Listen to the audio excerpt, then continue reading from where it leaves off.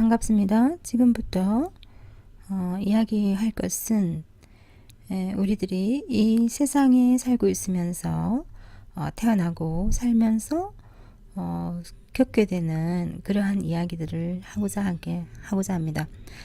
사람들이 만약에 어떤 문제를 가지게 되었다면은 그 문제들의 종류가 있겠죠. 어떤 그 문제가 생기는 시기, 그리고 관계성, 그리고 그 내용들이, 그 부류들이 있겠습니다. 그래서 그 부류들을 한번 살펴본다면 건강에 관한 문제도 있겠고요. 그 건강은 또 물질과 연관이 되어 있으며 또 사람과도 연관이 되어 있습니다. 그래서 그 건강이 나빠지게 된 것 중에서 화병이 났다. 그것도 하나의 이해가 되겠습니다. 그것처럼 그 화병은 사람 사이에서 이해를 서로가 잘 할 수 없었기 때문에 생기는 그러한 병이라고 할 수 있겠습니다. 그 화병은 하나의 대상이 있겠습니다. 특히 사람에 대해서 그 다음에 또 전체적인 그 물질적인 가난, 그것도 하나의 문제가 되겠습니다. 그리고 조금 전에 말했던 것처럼 사람 사이의 이해성에 대한 문제, 부부 사이가 좋지 않다든지 부모와 자식 사이가 좋지 않다든지 뭐 형제 간의 사이가 좋지 않다든지 그런 것도 있겠습니다. 물론 그 원인이 그 돈에 놓여 있는 경우도 많겠지만은 특히 가정에서의 불화는 돈이라기보다는 어떤 그 가정에서 돈이 생긴다기보다는 돈은 외부에서 생기기 때문에 가정 내에서 그 돈 때문에 불화가 일어난다는 것은 아주 자세하게 살펴본다면 그 돈이 더 생기는 것은 아니고 가족 중에서 그 구성원들 중에서 그 있는 돈 중에서 누군가가 더 많이 가지려고 하기 때문에 생기는 그러한 문제들입니다. 그리고 그 외에는 사회적인 현상들 있겠습니다. 사회적인 현상들 중에서는 뭐 학교라든지 교회라든지 그 다음에 정치에 대해서 그 영향력이 아주 클 때 그러한 영향력 때문에 사람들이 문제를 가지게 됩니다. 그리고 또 경제 부분에 대해서도 많은 문제를 가지게 되는데요. 뭐 프랜차이즈를 했다가 그 프랜차이즈 회사가 그 너무 많은 것을 요구했을 때 그 현실에 맞지 않는 것을 그 프랜차이즈를 하는 사람에게 요구했을 때 그 회사의 요구에 그대로 회사가 요구하는 대로 응할 수 없을 때, 그럴 때는 그 계약을 파기하게 됩니다. 그러면 그 전에 투자를 했던 그러한 비용들이 그저 날아가 버리는 그러한 문제점들이 있겠습니다. 그렇다면은 지금까지 이야기한 것 중에서 물론 그 다른 이야기도 있겠지만은 지금까지 다 그 분야마다 이야기를 해왔지만 어디까지나 언제나 사람 사이의 문제가 아주 큰 비중을 차지합니다. 사람 사이의 문제, 그 사람 사이의 문제는 사람이 스스로 해결할 수 있을 수도 있고 사람이 스스로 해결할 수도 없는 그러한 문제들을 가지게 됩니다. 살아가는 동안에. 그래서 그 사람에 대해서 한번 먼저 정확하게 짚어가고 난 다음에 이야기를 하는 것이 중요하다고 생각이 됩니다. 그래서 일단은 사람이 무엇인가를 알고 난 다음에 사회가 있겠죠. 그 사람들의 구성원들이 사회를 이룩하고 있으니까요. 그 다음에 그 사회에서 그 사람들이 이용을 하는 그 기관들이 있습니다. 정치기관이라든지 학교, 병원, 그 모든 그 관계들에 대해서 일단은 그 모든 것이 사람들로 이루어져 있습니다. 사람이 없었을 때는 자연만 있었겠죠. 자연. 그리고 동물의 세계였다고 하죠. 다윈의 그 사상에 의하면 다윈주의라고 하는데요. 그 다윈의 그 가르침에 의하면은 사람도 그 처음부터 사람이었던 것이 아니라 가장 잘 적응하는 그러한 생물체가 발달이 되어서 사람으로 변하게 된 것이다. 이렇게 가르치고 있습니다. 그래서 사람과 동물이 함께 지금 존재를 하고 있는데, 그러면은 그 사람과 동물의 그 특징은 무엇인가에 대해서 한번 알아보겠습니다. 동물이란 무엇인가? 사람이란 무엇인가? 동물은 하등 동물이 있고 또 고등 동물이 있죠. 그 다음에 사람이 있지만 사람 중에서도 이성을 사용하는 사람이 있고 이성을 사용하지 않는 사람이 있습니다. 그렇다면은 그 동물에 가깝게 생각을 하는 그러한 사고방식을 가지고 있는 사람들은 그 동물에 가까울까요? 아니면은 사람에 가까울까요? 사람 중에서도 사람이라고 다 똑같지 않기 때문에 문제가 생기는 것 아니겠습니까? 사람 중에서 좀 더 큰 사람 중에서 더 욕심이 많은 사람 중에서 또 그 반대인 성향을 가지고 있는 사람들이 있기 때문에 사람 중에서 한 명이 그 행위자라면 또 다른 한 명은 희생자가 되어 있는 것입니다. 그래서 행위자와 희생자, 그 범죄자와 그 범죄자의 희생이 되는 그러한 사람들이 있습니다. 그래서 우리가 그냥 사람 이렇게 말을 한다면 그러한 구분이 전혀 안 되겠죠. 그런데 사람만큼은 그러한 구분을 할 수 있다는 것입니다. 동물에게는 아주 간단하게 그 먹이 사슬이라고 해서 그 사슬에 따라서 먹이고 먹히고 그렇게 하고 난 다음에는 어느 누구도 말을 하지 않습니다. 그것으로서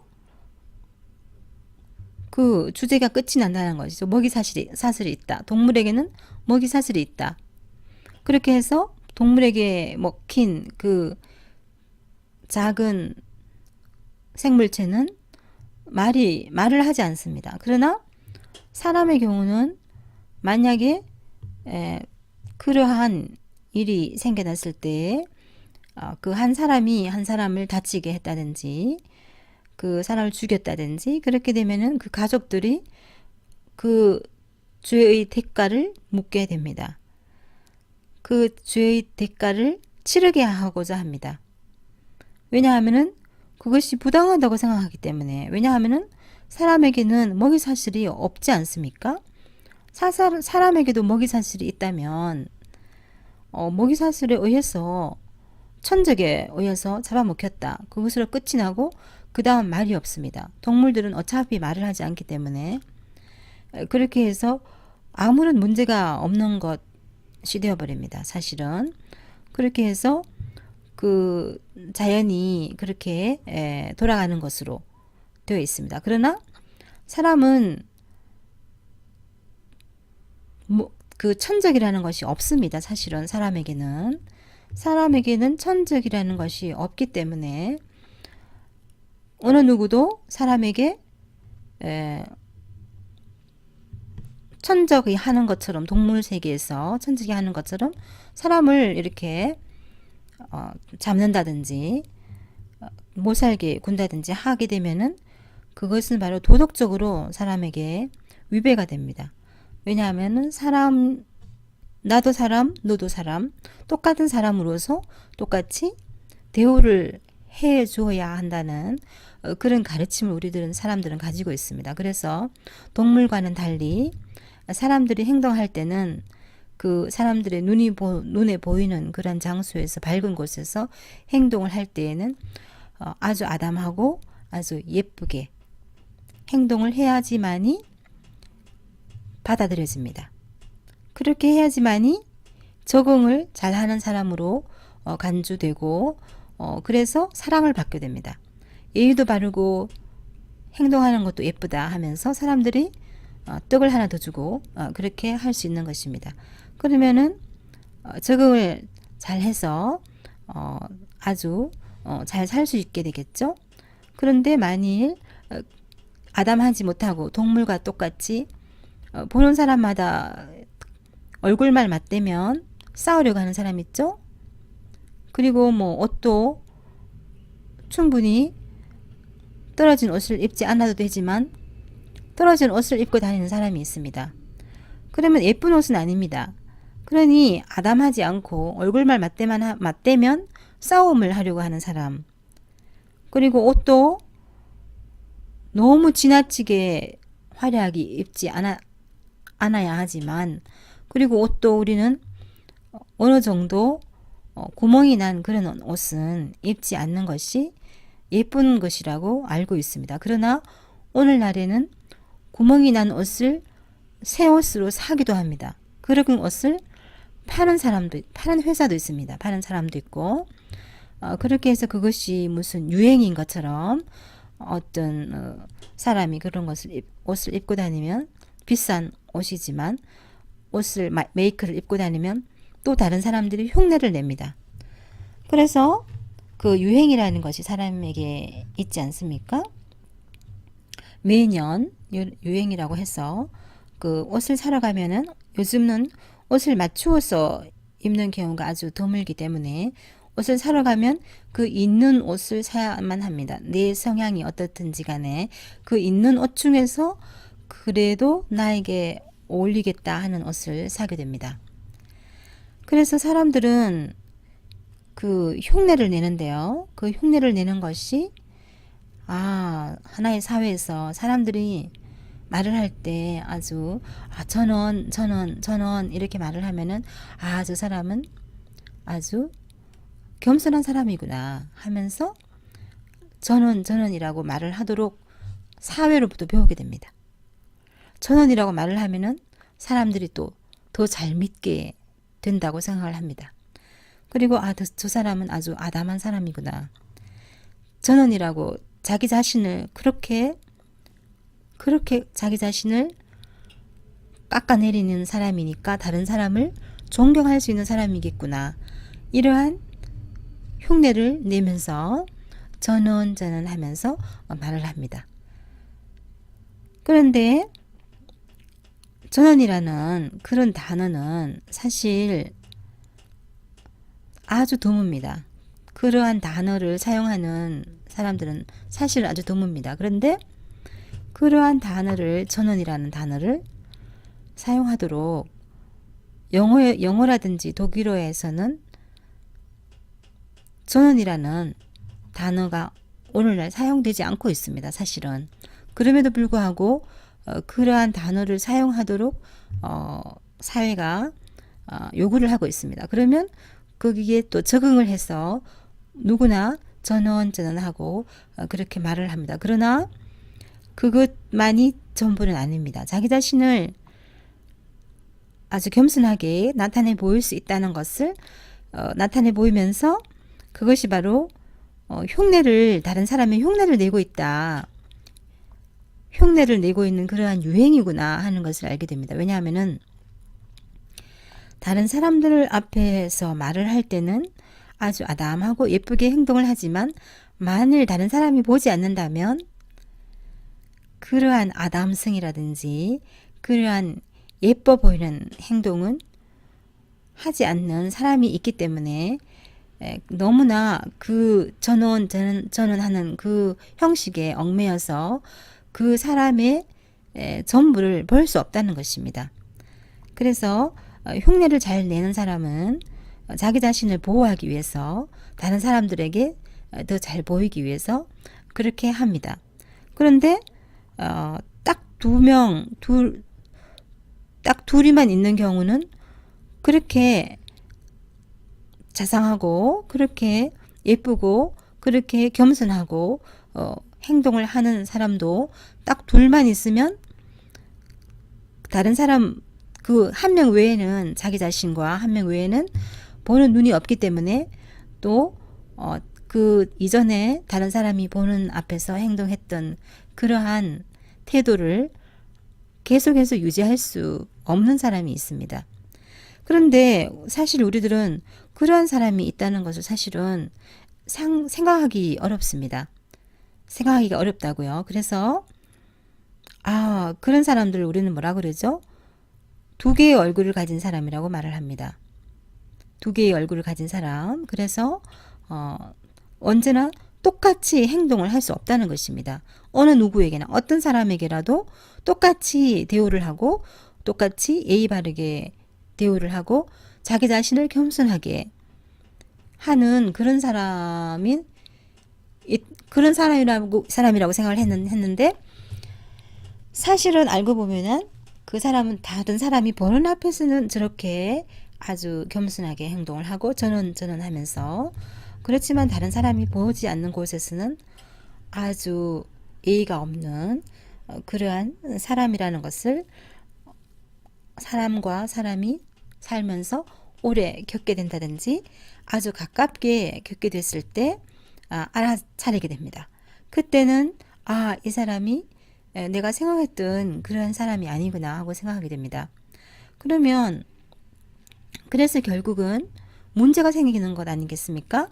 그 사람이 그 전에 행동을 했던 것처럼 말을 했던 것처럼 똑같이 계속해서 똑같은 행동과 생각으로 대한다면 그 상대방을 그래 문제가 생기지 않을 텐데 자기가 한 말을 언제나 지키고 또 그렇게 행동하고 서로서로 신뢰를 가지고 그렇게 행동을 한다면 아무런 문제가 없었을 텐데 한 사람이 그렇게 행동했던 것과는 달리 더 많은 것을 요구를 한다든지 아주 무례하게 행동을 한다든지 또 더 나아가 그 깡패들이 하는 것처럼 물건을 빼앗는다든지 사람을 해를 끼친다든지 또 사람에 대해서 다른 곳에서 그 사람에 대해서 나쁜 말을 퍼뜨린다든지 내가 그 사람을 잘 알고 있는데 하면서 그러한 경우는 문제가 생깁니다. 그래서 인간 관계에서 문제가 생기는 것은 바로 크게 말했을 때 도덕성에 문제가 있습니다. 도덕성에 문제가 있기 때문에 거기에서 그 경우에 따라서 환경과 그 범위에 따라서 선, 악 이렇게 범위가 더 커질 수 있습니다. 그래서 그 사람이 자기가 자신이 기대했던 것에 어긋났을 때 기대했던 것에서 어긋났을 때 어떠한 행동이 다가오는가 어떠한 행동으로 다시 비추어지는가 그러한 것 부부지간이지만 그럼에도 불구하고 부부지간이지만 서로서로에게 갖추어야 할 예의가 있습니다. 사람이기 때문에 그런데 그런 것을 깡그리 무시해 버린다면 한쪽에서 상처를 입게 됩니다. 그런 것을 배려를 할 수 있는 그러한 사람이어야 하고요. 친구 간에도 마찬가지입니다. 그래서 도덕성이 우리들에게 가장 중요한 것으로 다가옵니다. 그런데 그 도덕성은 바로 선한 것인가 악한 것인가를 구분하는 것입니다. 비교를 하고 구분을 하는 것인데 그 도덕성이 있느냐 없느냐에 따라서 우리가 생활을 하는데 사회생활을 하는데 아주 즐겁게 생활할 수도 있고 괴롭게 생활을 할 수도 있습니다. 그런데 그 도덕이라든지 선, 악에 대해서 전혀 다루고자 하지 않는 사람들이 있습니다. 그렇다면은 그것이 선, 악을 떠나서 그것 자체가 더 큰 문제가 됩니다. 나는 선과 악을 전혀 관심이 없어 선과 악에 대해서는. 그러면 무엇이 선인지 무엇이 악인지를 모르게 됩니다. 그러한 상태에서 어떤 문제에 부딪혔을 때 그 문제는 아주 크게 된다는 것이죠. 그래서 일단은 선이 무엇인지 악이 무엇인지를 잘 알고자 하는 그러한 노력을 해야 됩니다. 그러한 의지가 있어야만 합니다. 그래서 일단은 그 도덕적인 사람이 사실은 사랑을 받는 사람입니다. 도덕적이지 못한 사람은 사랑을 받기 위해서 또 거짓말을 하고 또 거짓말을 하게 됩니다. 그런데 도덕적인 사람이 어떤 사람인지, 또 선이 무엇인지 악이 무엇인지를 정확하게 알아서 비교를 하고 구분을 할 수 있어야지만이 그 사전에 상처를 받기 전에 그러한 것에 대해서 그 상처를 받는 것을 방어를 할 수 있다는 것입니다. 그리고 만약에 도덕에 대해서 선이 무엇인지 악이 무엇인지에 대해서 우리가 잘 알지 못하고 있다면, 또 그것에 대해서 다루지 않는다면은 우리들은 법에 대해서도 또 법을 다루려고도 하지 않게 됩니다. 선이 무엇인지 악이 무엇인지 모르는 상태에서 한 단계가 더 높지 않습니까? 법은? 그런데 법을 또 적용을 하려고 한다면 그 법은 더 복잡하기 때문에 일단은 그것이 일단 법도 도덕과 연관이 되지만 그 도덕이 지나치면은 법에 위반되는 것입니다. 그렇기 때문에 일단은 그 작은 것부터 알아야지만이 더 큰 것을 알 수 있습니다. 그렇기 때문에 일단 선이 무엇인지 악이 무엇인지 도덕이 무엇인지, 그리고 그 법에 위배되는 행위인지 법에 위배되지 않는 행위인지를 알아야지만이 우리 자신을 방어를 할 수 있습니다. 그래서 그 화병이라든지 그러한 것으로부터 방어를 할 수 있기 때문에 아주 중요한 것입니다. 그리고 우리들의 삶의 그 양식이 있지 않습니까?